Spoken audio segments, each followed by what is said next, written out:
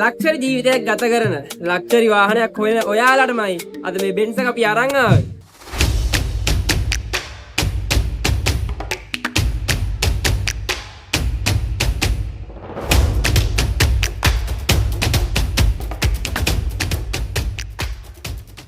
අද ඔයගලන්ට අපි අරන් ආවේ බෙන්ස් C ක්ලාස් එකක්.